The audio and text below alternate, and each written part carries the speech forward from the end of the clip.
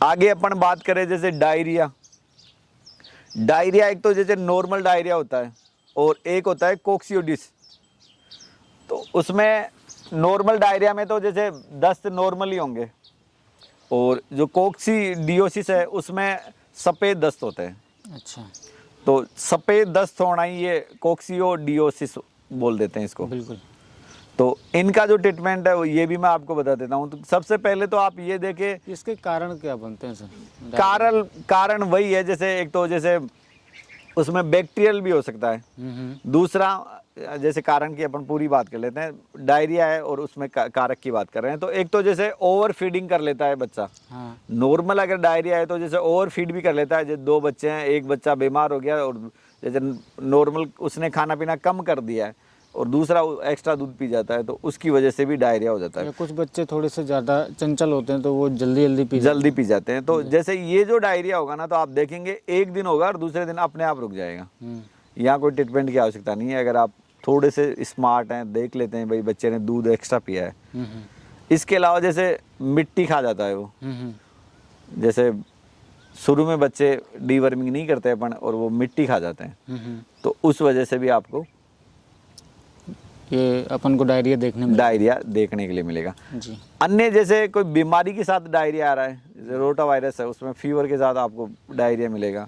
ET में आपको diarrhoea मिलेगा और पीपीआर है, उसमें भी आपको डायरिया मिलेगा। तो वो तो आप थोड़ा सा सिम्टोमेटिक तरीके से उसको देख सकते हैं। तो इसके अलावा जैसे वो दीवारों ये हो ही गया, जैसे मिट्टी वगैरह खा रहा है, तो ये डायरिया कारक है। बैक्टीरियल हो सकता है, वायरल हो सकता है, ये जैसे प्रोटोजोआ हो सकता है। प्रोटोजोआ के साथ और ये क्या एक्सटर्नल पैरासाइट्स की वजह से भी डायरिया हो सकता है। तो ये प्रोटोजोआ की वजह से हो सकता है। तो ये सब चीज़ें रिस्पॉन्सिबल होती हैं। हाँ, किसी ने ड्रग्स इंजेक्ट की और ओवर हो गया उसमें, जैसे मैंने अभी बात की, आप सेप्ट्राक्सोन लगा रहे हैं और बच्चे के बॉडी वेट के हिसाब से आपने ज़्यादा लगा दिया, तो भी वो डायरिया करेगा। बिल्कुल। तो अब ट्रीटमेंट की बात करते हैं अपन। हाँ। तो अपन जनरल डायरिया की बात कर रहे हैं। तो जनरल डायरिया में आपको एक तो ह्यूमन में एक टेबलेट आती है ओफ्लोजेड के नाम से। तो आप शुरू में उस जानवर को उसी पे रखें, ओफ्लोजेड देना है, और ये 700 mg के आसपास आती है और ये 15 kg पे आपको उस जानवर को देनी है भाई, 15 kg पे आप। और ये जो टेबलेट है ये आप टीडी दे सकते हैं। टीडी? हाँ, ठीक है। दिन में 3 बार। एक थोड़ा सा इशू ये भी निकल के आते हैं यहाँ पे कि उसको कहीं फूड पॉइजन तो नहीं है, जैसे उसमें एल्कोलोसिस हो या एसिडोसिस हो, तो आप वो थोड़ा सा देख लें। अगर ऐसा है, जैसे आपको लगा कि जैसे मैंने आपको शुरू में बता दिया भाई, अगर खाने पीने की वजह से डायरिया है तो आप एक दिन वेट कर ले वहाँ। हाँ।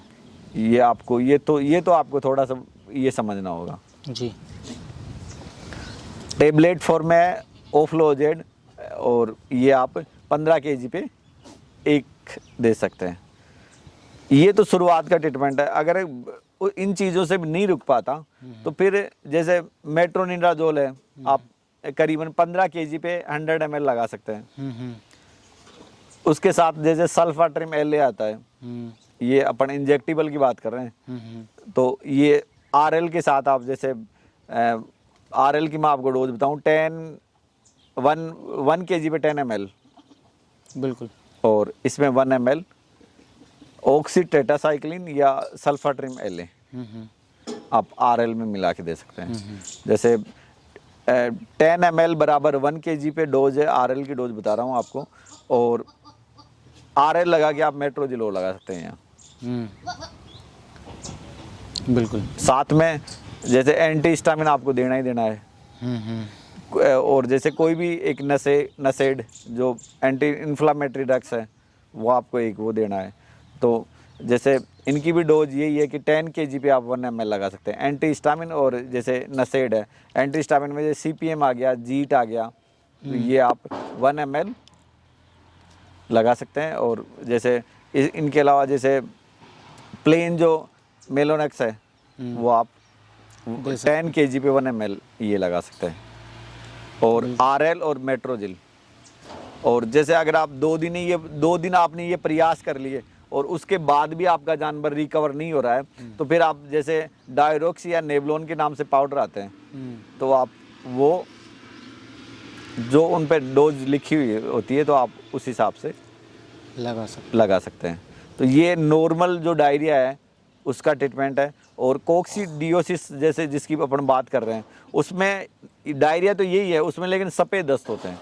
तो उसमें आप ये मेट्रोजिल लगा रहे हैं साथ में, तो ये भी आपका या क्लियर हो जाता है। हाँ, ये भी इसका भी वो उपचार हो जाता है। हाँ, अगर सफ़ेद दस्त हो रहे हैं तो वहाँ मेट्रोजिल ज़रूर लगाओ आप। अच्छा, ये सारी चीज़ें लगाने के साथ मेट्रोजिल भी लगा दें। हाँ, बहुत अच्छा।